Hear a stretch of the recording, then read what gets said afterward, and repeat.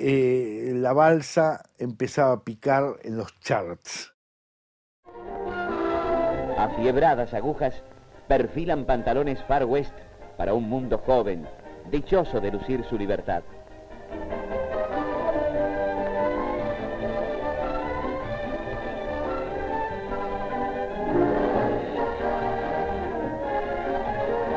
Modernos equipos dan forma y belleza al calzado de goma flecha color para que haya agilidad y alegría a los pies de nuestra juventud.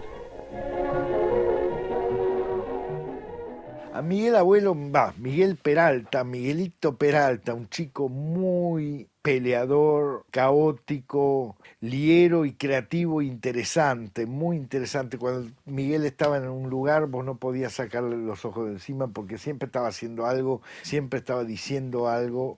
En los primeros momentos de Miguel Abuelo había una inocencia, una poesía, una transparencia de una riqueza excepcional.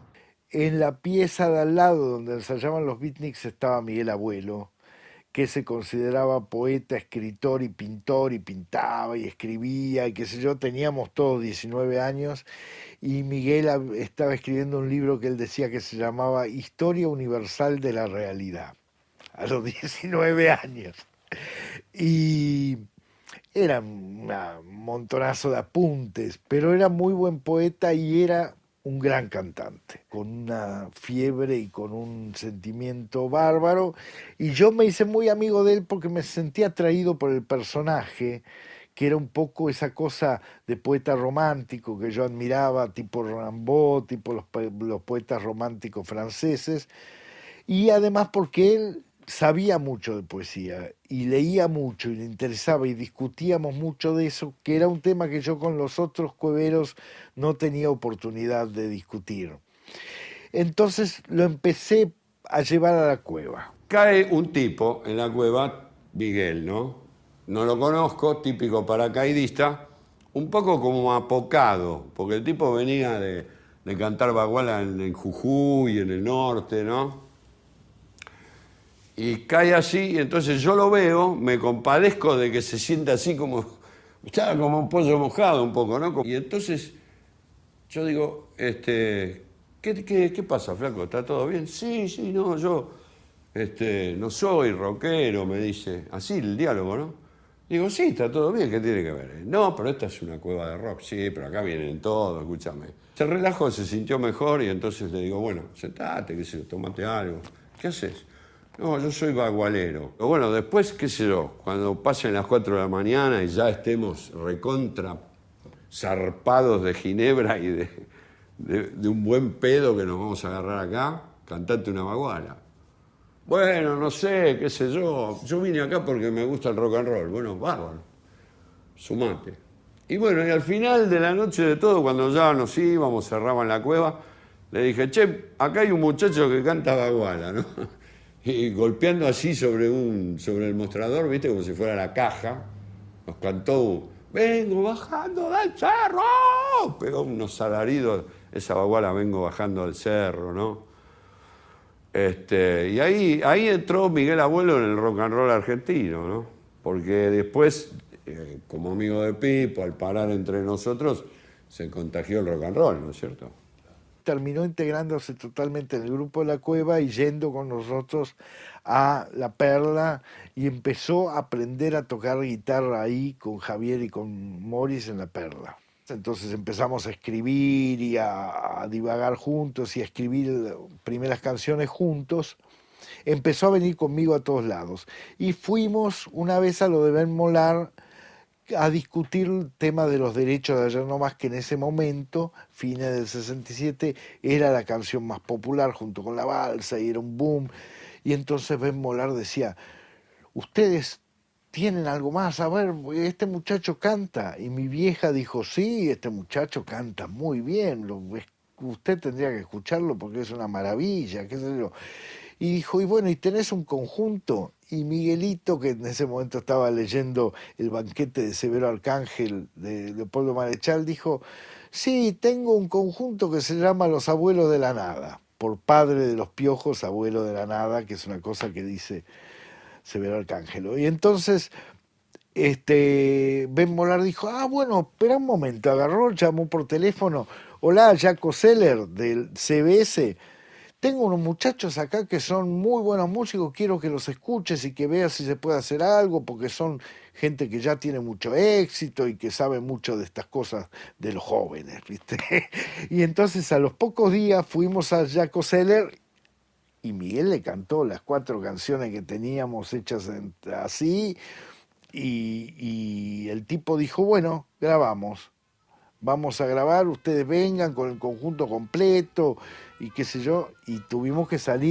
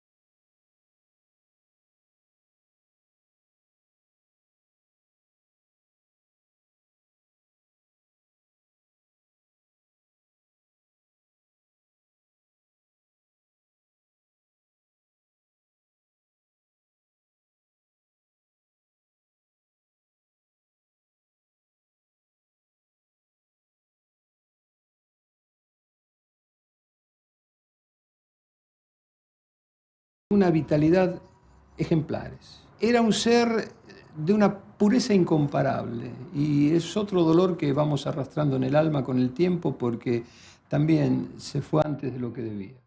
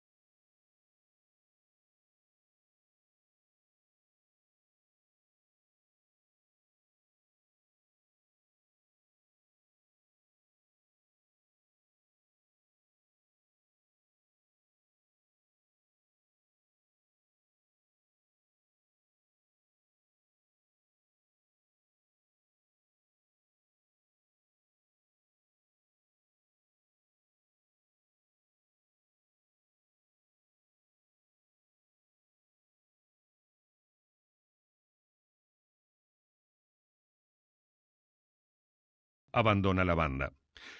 Lito Nebbia empieza una carrera solista al tiempo que es contratado para protagonizar el film El extraño de pelo largo. Yo tenía el pelo, suponte, por acá.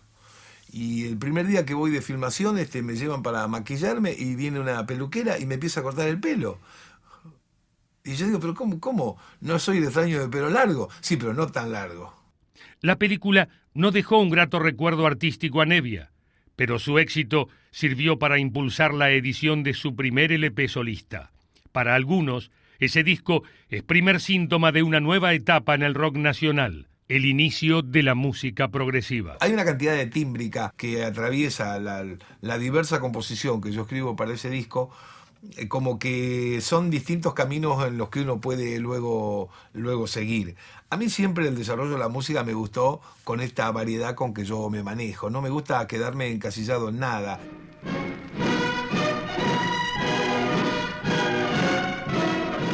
El extraño mundo de los hippies. Sucesos Argentinos ha captado exclusivamente estas imágenes de quienes, reñido contra todas las normas sociales, se han agrupado para manifestar su rebeldía. ¿A qué? Según algunos, a lo tradicional. Buscan una fuga de la realidad. ¿Hacia dónde? Tal vez ni ellos exactamente lo sepan, pero no hay duda que esto es producto de una época de vacilaciones, donde la libertad muchas veces es tomada por un libertinaje incitado por las drogas. Los hippies tienen su comunidad, su propio periódico, su propia vida, sus propias ideas, pero ¿y sus familias?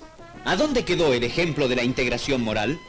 Felizmente, para nuestros principios, en nuestro país solo hay unos pocos malos imitadores de estos hippies estadounidenses. Ellos dicen tener su fe.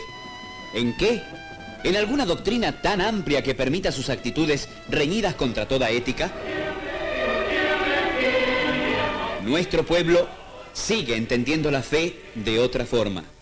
Como estos peregrinos que luego de marchar casi 24 horas continuadas, a las primeras luces del alba vislumbraron el Santuario Nacional de Luján. Hubo una organización llamada FAEDA, que era una federación de entidades anticomunistas, que se ocupó de fastidiar a mucha gente, persiguiendo a los artistas, a los intelectuales, a los profesores universitarios. Era una organización que tenía, yo diría, muy pocos miembros, pero un sólido subsidio que provenía en un caso de la Embajada de los Estados Unidos y en otro caso de entidades afines, que en esa época había unas cuantas, y que tenían más o menos un compromiso con los servicios de inteligencia del país. Es decir, esa combinación generó fondos y esos fondos dieron lugar al escándalo de FAEDA, que persiguió efectivamente a mucha gente, jóvenes y no tan jóvenes, ¿no? En uno de sus primeros conciertos, Los Almendra, en el Teatro Payró, en aquella época había persecuciones de hippies y había una organización anticomunista que los denunciaba como parte del comunismo internacional y se los llevaban presos por el pelo largo. Entonces siempre había un policía en los recitales en esa época y cuando estaba de espaldas, Emilio del Guercio le sacó la lengua, la gente se rió y el policía se dio cuenta, lo llamó así y le pegó una cachetada y se hizo una conferencia de prensa para denunciar el desmán en la oficina de Jorge Pistocchi.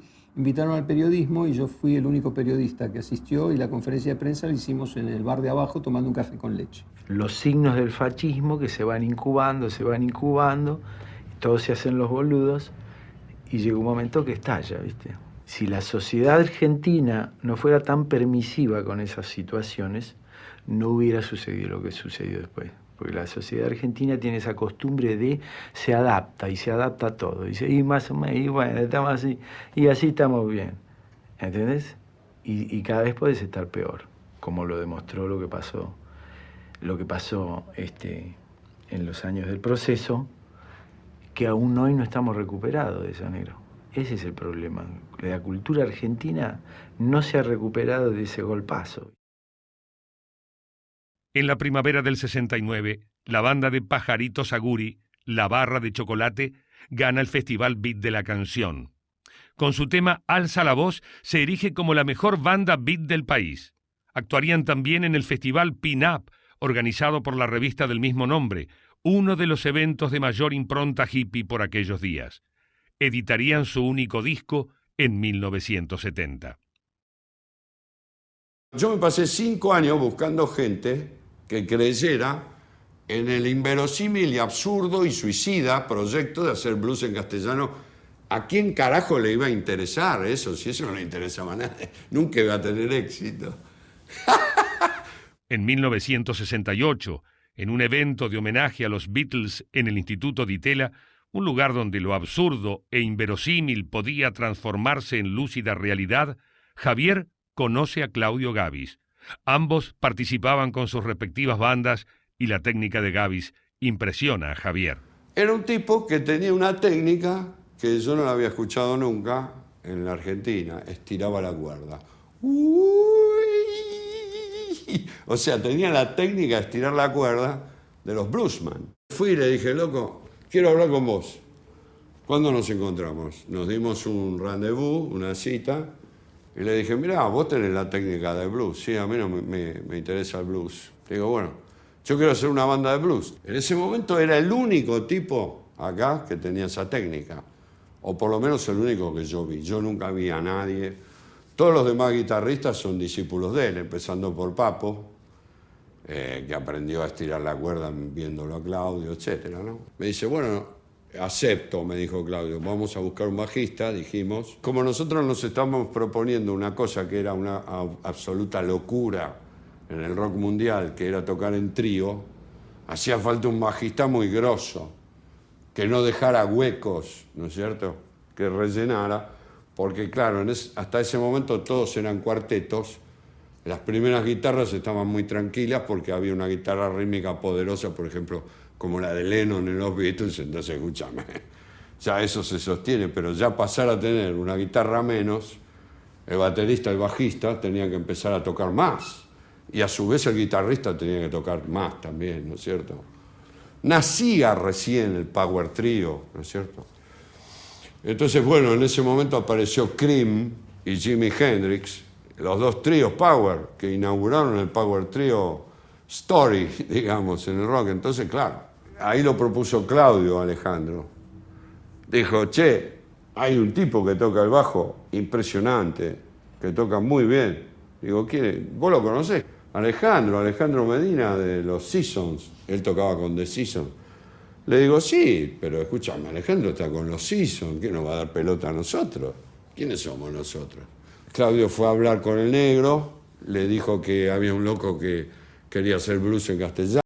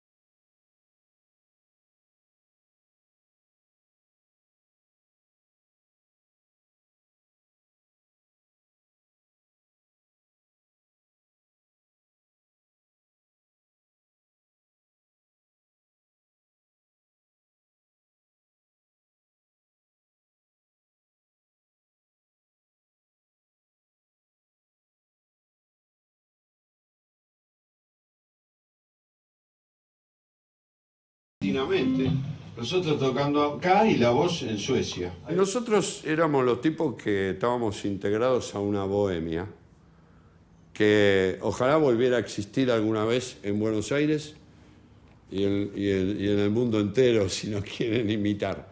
Eso desapareció, ¿no? O sea, la represión, la dictadura, la pompa fúnebre mundial, los fabricantes de tristeza, los estúpidos que transforman un mundo maravilloso en una auténtica basura. Este es el fin del proceso de deterioro que nos ha inmovilizado y el despuntar y una magnífica esperanza para nuestra patria. Esos tipos terminaron con la bohemia de Buenos Aires. Yo no sé si hoy existe, creo que no. Yo soy tan bohemio que me hubiera dado cuenta. Subilo más, zorro.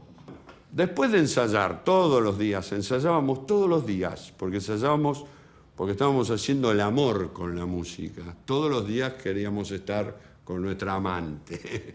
Era sexo eso, era sexo puro.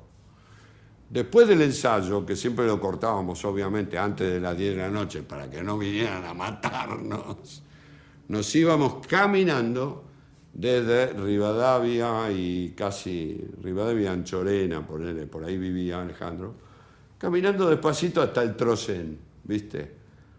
Entonces todas las noches íbamos al gueto, que empezaba en Callao y Corrientes. Todos los bares del gueto estaban llenos de gente como nosotros. Todo confluía ahí. Venían los del Ditela que paraban cerca del Ditela, pero después de las 10 de la noche venían ahí. Al Ramos, al Suárez, a La Paz, al Colombiano, etcétera, etcétera. Entonces nosotros circulábamos por todo y en todos los bares nos enganchábamos, nos quedábamos, tomábamos 800.000 vinos que nos invitaban, siempre nos invitaban los que tenían más guita que nosotros. Y bueno.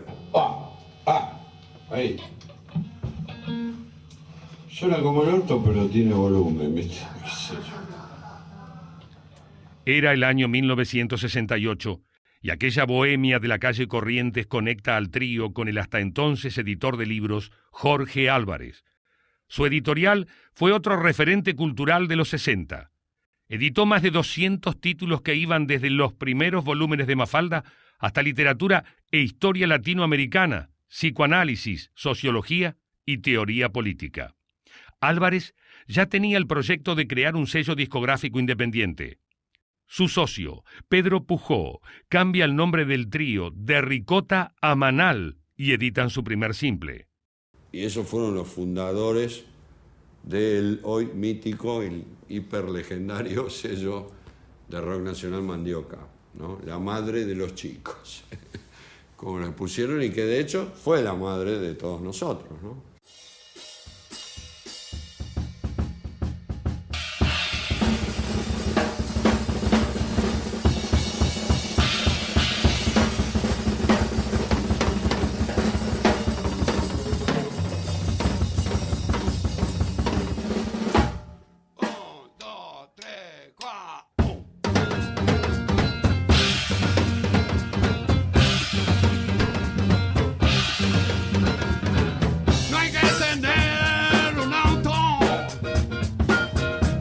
Relojes de medio millón, 4 empleos bien pagados, ser un astro de televisión. No, vive para que alguien te pueda amar. Nada de eso es importante en el amor.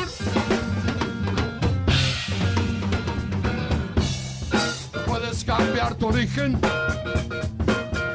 ni mentir sobre tu identidad. Es muy triste negar de dónde vienes. Lo importante es a dónde vas. No, vive para que alguien te pueda amar. Nada de eso es importante en el amor.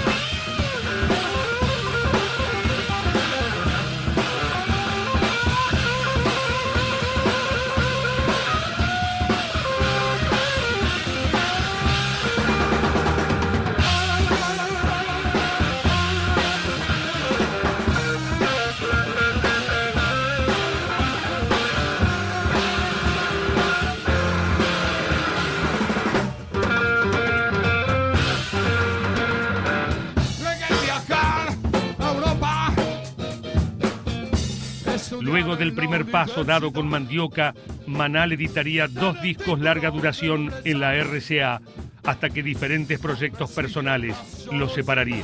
Se había anticipado que era el final, julio del 71, se llamaba lacrimógenamente Chau Manal. Y bueno, estaban haciendo los temas del primer disco, el disco de la bomba, y también del León, o sea, todo lo que tenían hasta ese momento. Y me impactó, bueno, que era muy sólido Manal, ¿no? Muy así, muy blusero y muy fuerte, pero por otro lado se notaba Claudio Gabis por un lado, el Negro Medina y Javier Martínez por el otro, como que había una brecha en el medio, ¿no? Ya se empezaba a marcar una diferencia entre los músicos que después de alguna forma se mantuvo a través del tiempo. Nada es imposible en nuestro tiempo.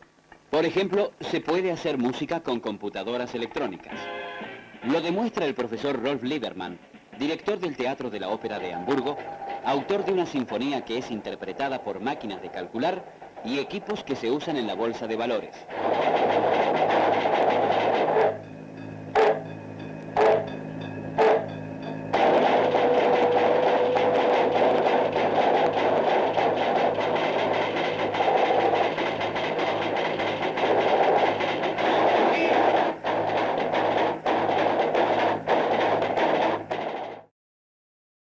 En 1967, de la fusión de 2 bandas adolescentes surge Almendra. Su música plena de acordes extraños y armonías inusuales, un vuelo poético hasta entonces inédito en nuestra música joven, y su desafiante actitud por crear una música urbana en castellano apartada de cualquier parámetro, los haría de inmediato conocidos. Los primeros conciertos en el Teatro Pairó, el Instituto Di Tella y el Teatro del Globo los consagrarían como referentes ineludibles de su tiempo a partir de 1969. En general, el sistema de trabajo de Almendra era un sistema que tenía como dos vertientes. Por un lado, la parte compositiva, en la cual aportábamos temas, casi todos los del grupo, pero en manera mayoritaria Luis. Y por otra parte, lo que era como la realización del tema, la producción del tema que se hacía en la sala de ensayo, y que era, digamos, el resultado de un trabajo entre nosotros, entre todos, era un trabajo como muy artesanal. Nosotros usábamos mucho improvisar sin armonía ni melodía. La verdad que no sé por qué lo hacíamos, pero nos gustaba mucho hacer eso. Y de eso también, de laburar con ese sistema así como de caos y libertad total, buscando como sonoridades, músicas como inexistentes, ¿no? Surgió como una amalgama y un conocimiento entre los diferentes miembros del grupo y de la sonoridad del grupo, ¿no? Era un laburo intensivo de ensayo. Ensayábamos a diario, es decir, nos juntábamos alrededor de las 4 de la tarde, por ahí, todos los días, y le pegábamos hasta que los vecinos golpeaban la puerta. Muchacha, cuando Luis lo trajo, estaba con letra y música, y lo pasó así con una guitarra acústica, y dijimos, qué lindo que está esto, qué bueno, no le hagamos nada, ¿no? Ni bajo, ni esto, es así, y trabajemos coros, y otros no, otros por ahí era una idea muy cruda, viste, una sucesión de acordes, y se trabajaba sobre eso, y se le iban incorporando cosas. Las músicas que más nos gustaban en esa época eran muy diversas, pero el jazz era muy importante, los Beatles, Piazzolla, el buen folclore también nos gustaba muchísimo. Los Gatos me encantaban. Lo que pasa con el rock, que el rock, además de una música, transmitía una imagen muy fuerte. Y creo que esa imagen era muy importante en la captación de la comunicación. Y la imagen de ellos era bárbara, a mí me encantaba. Sí.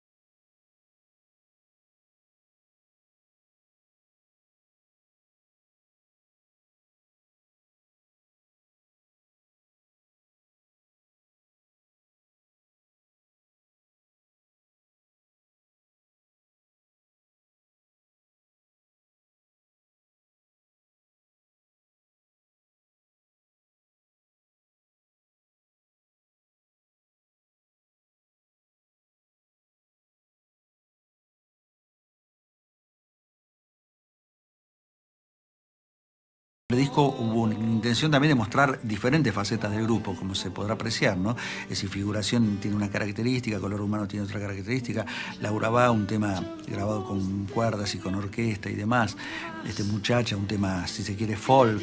Los poetas surrealistas para nosotros eran una referencia importante, ¿no? La creación desde el lenguaje, teniendo en cuenta su sonoridad también, no solo su significado, digamos, ¿no? Estábamos como convencidos de lo que estábamos haciendo, éramos totalmente, absolutamente tosudos, discutíamos con los tipos de la compañía, que nos aconsejaban hacer una cosa más, entre comillas, más vendible.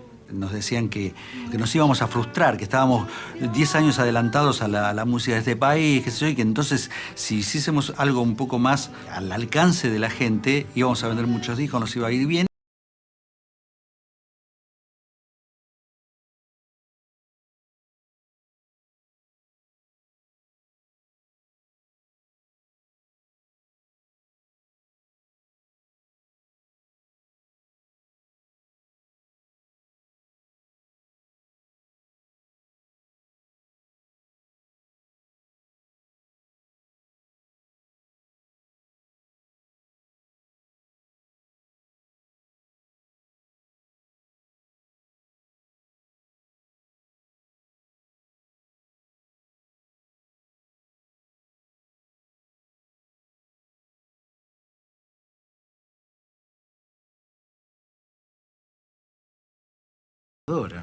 Y en los clubes esperaban que toque un grupo bailable. Cuando empezaban a tocar Plegaria por un niño dormido, esas cosas así, te tiraban con una silla.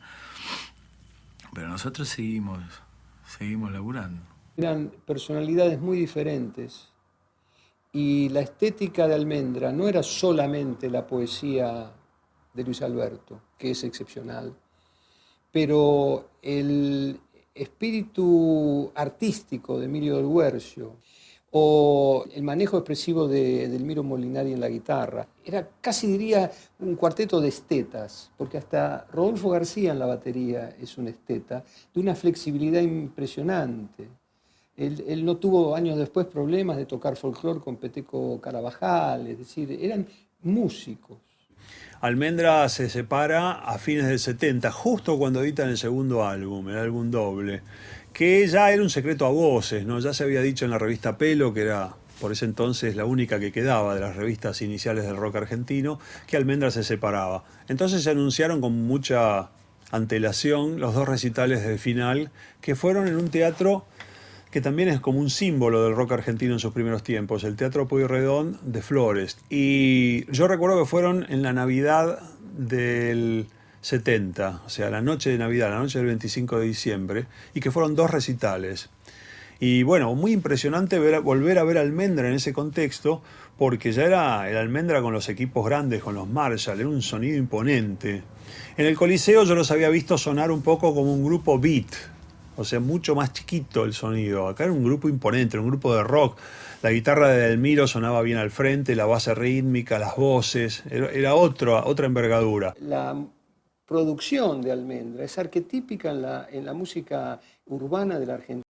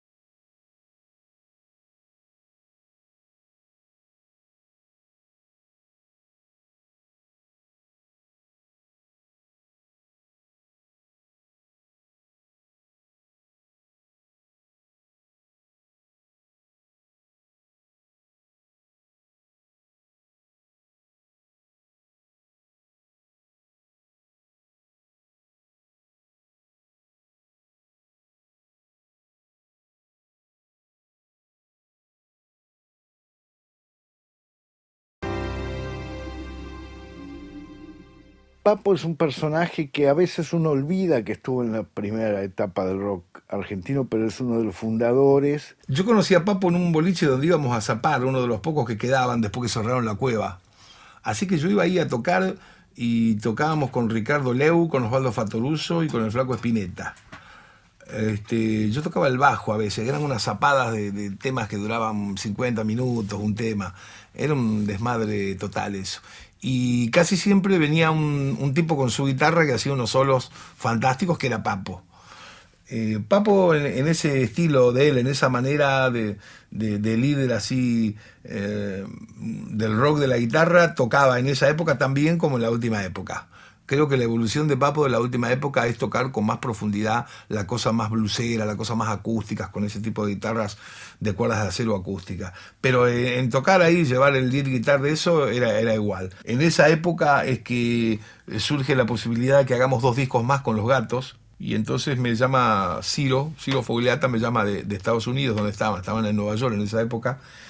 Pero claro, no teníamos guitarrista porque el guitarrista original de Los Gatos, Kai Galifi, cuando fuimos a tocar a Brasil, se casó con una brasilera y hasta el día de hoy vive allí. Entonces me dice, bueno, ¿qué hacemos con el guitarrista? Le digo, no, queda tranquilo. Digo, le voy a llamar a un pibe que viene a un boliche de donde voy a tocar algunas noches de la semana, que toca bárbaro. Lo único, comprarle una Les Paul porque me tiene podrido que le falte esa guitarra porque no tiene.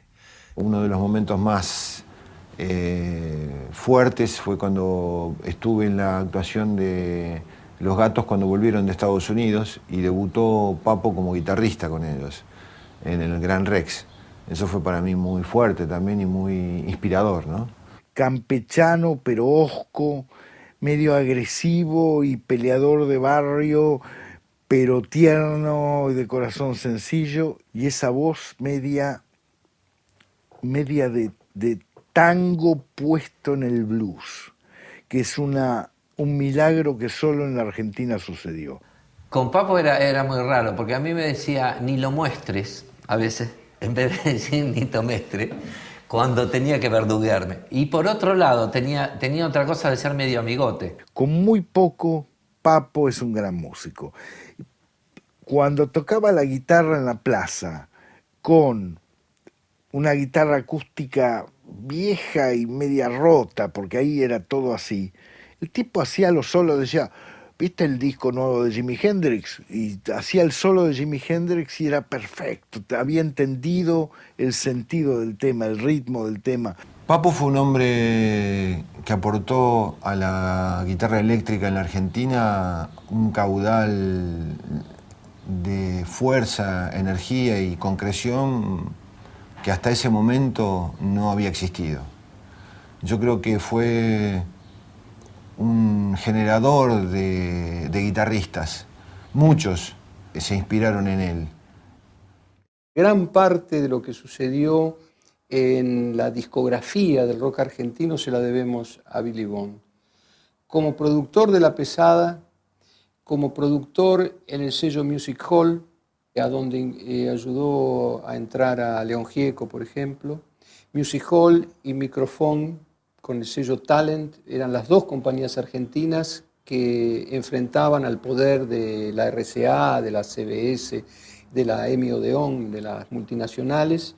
Y yo recuerdo muchas sesiones, porque yo iba muy seguido a los laboratorios Fonalex, como Bondo, como se le solía decir, contribuía a que todo el mundo soltara al máximo su inventiva, su talento y su expresividad. Es decir, no solo en las grabaciones de La Pesada, sino toda la serie de Papos Blues grabada en Music Hall, en gran medida se debe al ímpetu de Billy Bond como productor. Tampoco la historia del rock argentino hubiera sido la que fue sin Billy Bond. En la primavera del año 1967 se forma la banda Match 4, y su repertorio abarcaba temas en inglés y castellano.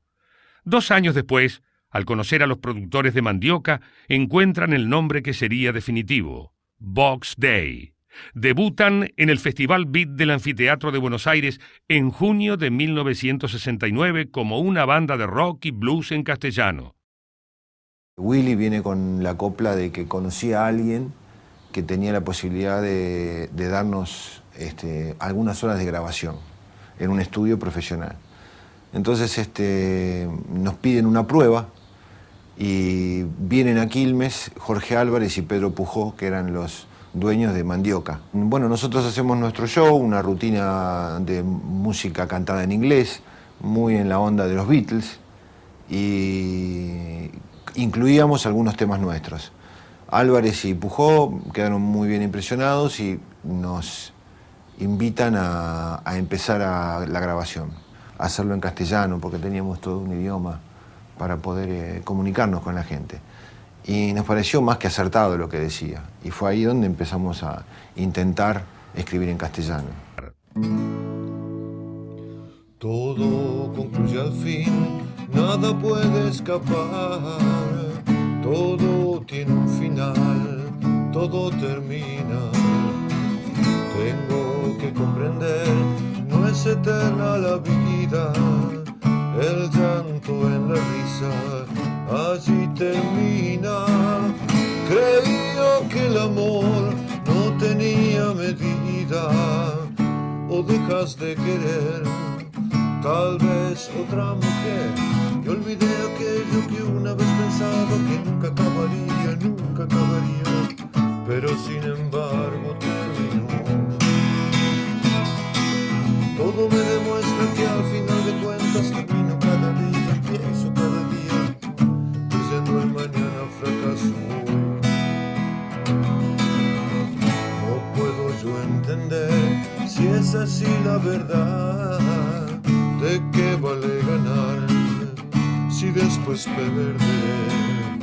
Inútil es pelear, no puedo detenerlo, lo que hoy empecé no será eterno.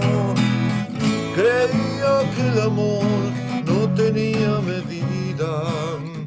O dejas de querer, tal vez otra mujer. El concierto más fuerte en cuanto al reconocimiento en nuestro principio, yo creo que fue el de Luna Park, cuando compartimos con otros grupos. Me acuerdo que estaba Engranaje, que estaban Los Gatos, bueno, Manal, estaba Almendra.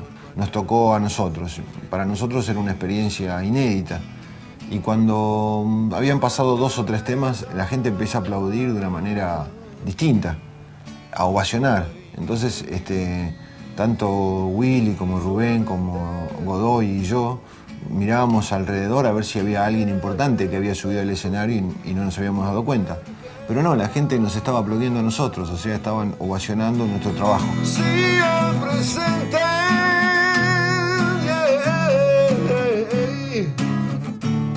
el presente y nada más. Todo me demuestra que al final de cuentas termino cada día, empiezo cada día, creyendo el mañana fracaso hoy. La la la la.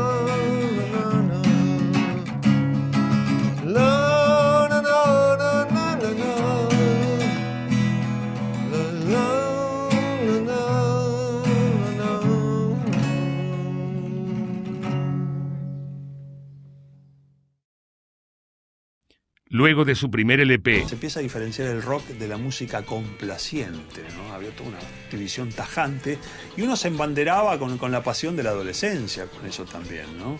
Había gente que era aislada del núcleo de amigos porque eran complacientes, porque estaban en la pavada. Hacia finales de la década, el rock local era apuntalado por nuevas bandas. Las ideas y la estética hippie tuvieron su expresión musical en Arco Iris.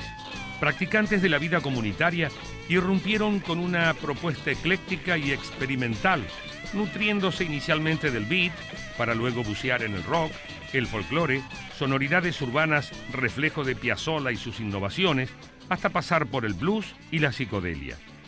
Con apenas 18 años, Gustavo Santaolalla lideraba una banda clave en el inicio del nuevo rock progresivo que llegaba a su primer LP con un sonido diferente, personal. También tenía tiempo de producir a un joven llegado de la provincia de Santa Fe, León Gieco, el más destacado de los que incursionaron en el folk rock, hoy uno de los pilares de la música popular argentina. En la ciudad de La Plata, los hippies de la Cofradía de la Flor Solar abrevaban en el rock psicodélico de Grateful Dead y Jefferson Airplane, mezclado con algo de Cream, Led Zeppelin y Emerson, Lake and Palmer, entre otros. Se formaron en el 67, con mayoría de estudiantes de Bellas Artes y la dirección del guitarrista Cubero Díaz. Su comunidad no era de promiscuos drogadictos, como se creía a los hippies locales, pero en la medida que fueron conocidos, la policía provocó la disolución de la comunidad y de la banda. Editaron un solo LP en 1971. Hubo también quien expresaba el ideario hippie en el formato de canción de protesta, música urbana, rock y poesía. Miguel Cantilo, que en el 68 había formado el dúo Pedro y Pablo con Jorge Durietz. Clásicos como Yo vivo en esta ciudad, Catalina Bahía y La marcha de la bronca son aún hoy referentes ineludibles de la época. Alma y Vida fueron pioneros del jazz rock argentino. Nacieron como acompañamiento de Leonardo Fabio, de quien se separaron en 1970. Fue una banda fundada por músicos enamorados del jazz que se volcaron paulatinamente al rock y a la llamada música beat sin olvidar sus raíces. En el 71 editan el primero de sus 5 discos. Lo integraban el ex Seasons Carlos Mellino, Juan Barrueco y Bernardo Baraj, entre otros. Algunos hits los hicieron muy populares y la banda, con algunos cambios, duró hasta 1976. Si hay un año que es particularmente importante es 1972. ¿Por qué? Porque en el 71 vivimos un poco el luto de la separación de los grupos iniciáticos, ¿no? De los Gatos, de Almendra, de Manal y los músicos que, bueno, querían, digamos, hacer sus propias experiencias. Es el primer también ataque de ego que tienen nuestros músicos. Pero en el 72 vuelven a reorganizar sus fuerzas. Emilio del Guercio y Rodolfo García forman Aquelarre, con Héctor Starr, con González Neira. Edelmiro Molinari forma Color Humano, Spinetta forma Pescado Rabioso. Box Day empieza a ganar altura de crucero, ¿no? Porque ya habían hecho la Biblia. Aparece ya firmemente en la escena Sui Generis. Hacia 1967, en el colegio secundario, un chico llamado Carlos García Moreno, luego Charly García, desde los 14 años, profesor de piano, y Nito Mestre se unían para formar el dúo Sui Generis. Ellos iniciaban el segundo ciclo del rock argentino, y ya nada sería igual. El rock argentino, ese rock que a veces se funde con el folk, se nutre del tango, del bolero, de la bossa nova, el blues o la psicodelia, llegaba al gran público a través de una poesía cristalina, a veces irónica, siempre conmovedora. Cada vez que íbamos a tocar nos veían más o menos 4.000, 5.000 personas. En el término de un fin de semana, te imaginas que multiplicado por 5 era una cantidad infernal de gente. Y nos empezamos a dar cuenta que nos iba a ir muy bien cuando nos empezaron a llamar de las universidades a tocar y de los colegios. Nosotros, y de las fiestas judías. Nosotros nos llamaban de todos lados, o sea, es más, mucho tiempo después la gente con cierta razón comentó que Sui Generis se había roto con el underground. Le gustábamos a las chicas y a los chicos, o sea que el rock en teoría hasta ese momento era solamente más tirando hacia los varones y en este momento se empezó a abrir bastante más. Cuando empezamos a tocar en los colegios, el tipo de público era absolutamente distinto. No era el público usual que escuchaba, ni siquiera que escuchaba Almendra y Manal. Era otro tipo de público. Entonces, ahí yo creo que durante todo el año 72 fue el gran despertar de darnos cuenta de que nos iba a ir bien. En 1972 llegaba a su fin el primer ciclo del rock argentino y con él moría una de sus figuras emblemáticas. El 19 de mayo, Tanguito caía a las vías del ferrocarril San Martín. Sin testigos, se especuló con que fue empujado por un policía, con el suicidio o con un accidente provocado por las drogas. Era un personaje muy débil, muy influenciable. Eso es lo que hace que no logra grabar realmente un disco ni armarse una banda. El único disco que anda por ahí es un disco que ni le dijeron que lo estaban grabando y que además lo editaron después que murió para utilizarlo comercialmente con aquella cosa necrológica del rock, del documento y todo eso. Pero bueno, era un buen pibe con mucha chispa, que si hubiera podido desarrollar y estudiar y tener una banda, podría llegar a haber sido un buen músico. Y lamentablemente su muerte prematura no permitió confirmar si era un genio o si era un diamante en bruto o si era otro tiro al aire de los muchos que hubo que no hicieron historia. A pesar de las dictaduras y sus emblemáticas persecuciones a los jóvenes, a pesar de los sectores más reaccionarios y conservadores de la sociedad civil, la cultura del rock se fortaleció alimentándose muchas veces de los golpes recibidos. Yo descubrí una nueva dimensión para mi vida a partir del contacto con la música y con el rock.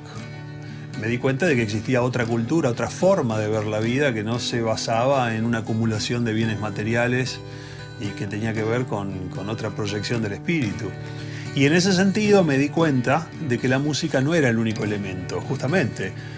A vos te gustaba una música en particular porque también te gustaban otras formas de expresión. Ibas al Cinearte, al Cine L'Orange a ver tal película. Leías Ray Bradbury. Mirabas una cosa de happening tipo Marta Minujín, etcétera, etcétera. Cierta clase de música rara. Escuchabas lo que decía Federico Peralta Ramos, escuchabas alternativa, eras algo hippie. Entonces mi percepción de esa época es de una época muy excitante, donde gente que me llevaba 3, 4, 5 años estaba haciendo cosas muy importantes en el mundo. Yo creo que todo eso tenía una cosita de cultura de rock. Digamos que existía una internacional de los jóvenes. Como si la música fuera el altavoz de esos jóvenes que no encuentran respuestas en quienes deben darlas. Como si fuera el mejor vehículo para el grito de rebeldía y transgresión al que invita a una sociedad que a veces solo parece fabricar frustraciones y desencantos. Y el espíritu de los 60 era un espíritu de búsqueda.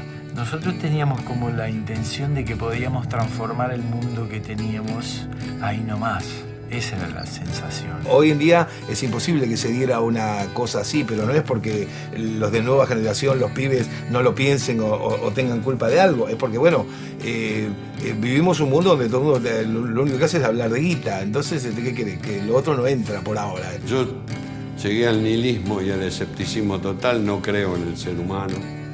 Llegué a no creer en el hombre y no tuve hijos. Y soy un escéptico absoluto. Si me arrepiento de eso y algún día se me ocurre tener un hijo, lo voy a hacer en nombre de esa década. Más no te puedo decir. El rock supo sobrevivir, adaptarse y evolucionar. A medida que el tiempo pasó, a la hora de acceder al gran público ya no pudo eludir el dictado de las leyes de mercado. Pero sus principales exponentes fueron fieles al espíritu de los fundadores y, haciendo música, su actitud fue tan noble como la de aquellos. Algunos temas sintetizan, como pocas expresiones artísticas de la época, la resistencia al clima de hostigamiento que sufría la juventud de aquellos días.